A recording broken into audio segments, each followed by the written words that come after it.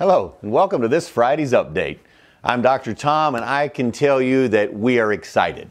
We are excited as a staff, we're excited as individuals because we're coming down the home stretch to get to Punta Cana, to get to the Dominican Republic. And I'm telling you that the team has made great plans to ensure your success. We're going to have several announcements that happen in Punta Cana, which I believe are game changers inside this club. They are ways in which we can continue to grow, we can continue to get bigger, and we can support you at an even deeper level.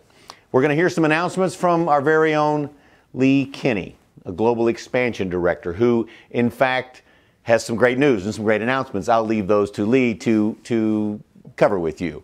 I also want to tell you that we're going to receive some very special guest messaging from a New York Times best-selling author with some information and some opportunity to help each of us grow, to help each of us be better at who we are and what we do moving forward inside this club.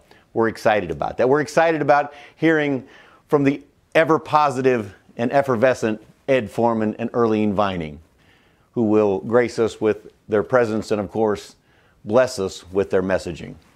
They're truly a gift to this club. And speaking of that gift and their consistency in delivery, I just happened to pull up the weather for Punta Cana while we're going to be there, and it happens to look very promising for us because if I could just read you how consistent this is, because it starts off one day it will be 82 followed by 83. Now these are Fahrenheit temperatures for those of you around the world. The next day will be 83, and the next day will be 82. Next, it will be 81, followed by another 82, an 82, and an 83. A model of consistency, much like what we're striving for inside Gin in 2019. And some of you may say, well, yeah, but that's during the day. Dr. Tom, what about in the evenings? What about when we go to dinner and we're walking on the beach and we're sitting beside the ocean and listening to the waves crash and we feel that breeze blowing on? What will the temperature be like then? Well, I'll tell you that it drastically changes from day to day. I'll give you the evening temperatures, which are at 73. 71, 73. A heat wave comes through at 74, followed by 74, followed by 73, 73, 73, and again 73. You get the point. It's very consistent. It's very beautiful. It is a perfect spot. And when I was talking with Ed just a couple of days ago, he said, you know, it is a marvelous place. It is a fantastic place to be holding our winter meeting. It is beautiful. It is magnificent. We so look forward to you being there. And as we begin to change our roles and change our patterns and change our attitudes and change our actual habits, moving into 2019, we're also going to have some special messaging that will come to you, if you so choose, live from the beach, early morning workout sessions, meditation sessions, learning sessions from our very own Sifu Stephane Patenaude.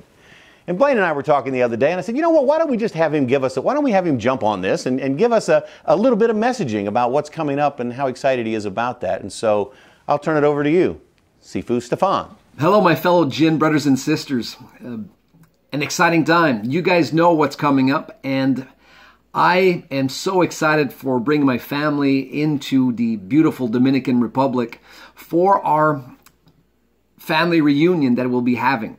One thing that we always do at the events is our morning workouts. And as you know, those habits are habits of success, of being able to take care of yourself on a daily basis. I want you to join me, and I want you to help me make this the biggest and best morning sunrise workout that we have. It'll be a mixture of energy work, of stretching, of philosophy, of breathing, and a lot of takeaway tools that you guys can bring back home and apply into your everyday life. The most important part of training is consistency. And this is a habit of success, a habit that you need to integrate in your everyday life. Just as making your bed every single day, you need to be able to take care of yourself every single day, whether that be walking, whether that be stretching, whether that be exercising of any sort. Make it a habit that you have to always take care of yourself every single day. So help me. I need your help. I need your help in making this the biggest, most impactful morning ritual that we do on our family reunion on Saturday morning, and if you would like, on Sunday morning as well. So I look forward to seeing you, and I'll throw it back to you, Dr. Tom, and continue doing the great work on your weekly updates. Take care, and I'll see you all very soon. Thank you, Sifu Stephane. And I'm telling you, moving in the direction of becoming physically fit and becoming mentally fit and becoming emotionally fit and becoming energetically fit, what a great way to move into 2019. It is a blessing to have that messaging, and I'm really looking forward to what's happening for each of us on the beaches of the world, a tenet of this club, and yes, it will continue. I'd also like to address one thing that Sifu Stephane mentioned about habits. You know, habits are often based on our beliefs, and our beliefs may be based on, in fact, falsities or false beliefs, or they may be based upon facts, or they may actually be based upon accepted truths. And there are differences. And as we study in level 7, when we begin to look into the meaning, the current meaning of words, because the meaning of words have changed over time. And it's interesting to go back and look at the origin of words. Where do they come from? It's an important lesson, an important part of your development throughout the Success Mastery course is understanding the frequency and vibration of words. And as you know, I've mentioned before, sometimes I'll be sitting at my desk in this office, and it's like a calling that happens. It's really an odd phenomenon, almost an eerie phenomenon, at how sometimes a book from these bookshelves, you see these bookshelves that are behind me, they're actually 7 shelves tall. You can't see down below, and they're actually 6 wide, and this isn't even all the books that we have, that we've been studying and learning from for decades.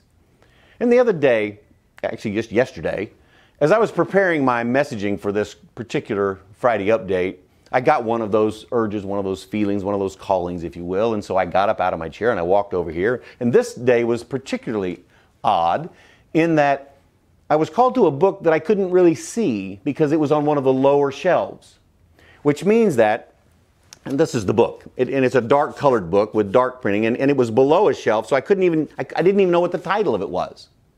And as I reached under there to pull out this book with purpose, I noticed there was some resistance. And I didn't understand that at first until I realized that once I got the book out, you can see there were some blue cards that were sticking out of that particular book and was marked on a particular page. And the name of the title of the book is The 3 Circuits, a study of primary forces. And in the middle of that book is the word magnetism. It is a book that is by Taylor Flick. And it's a book that was written in 1892. It's a very old book. It has that old book coloring, smell.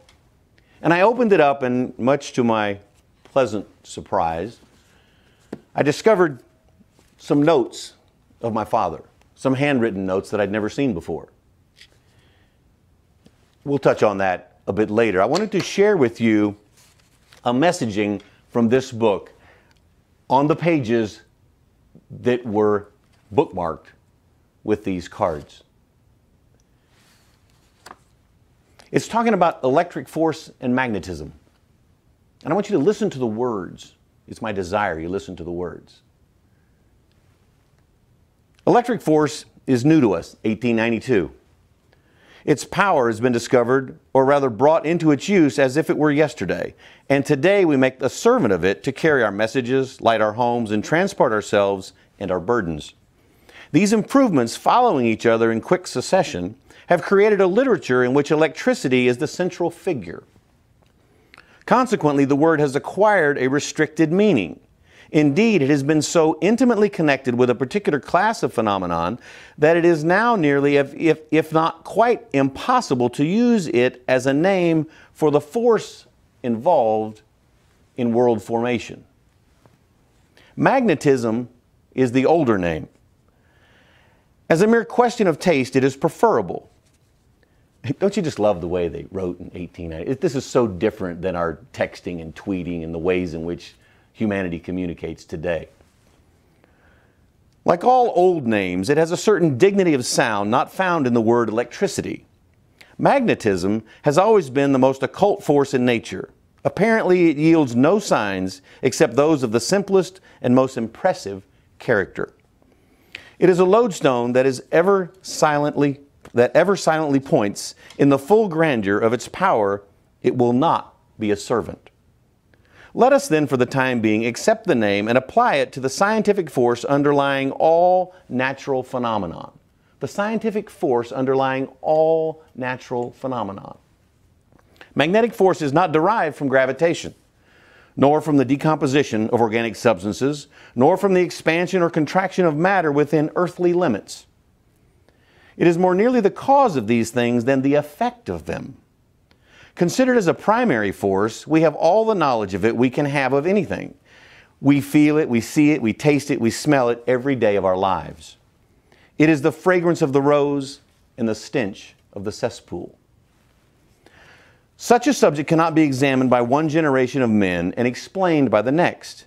It reaches backward to the time when God said, "Let there be light," and forward into eternity.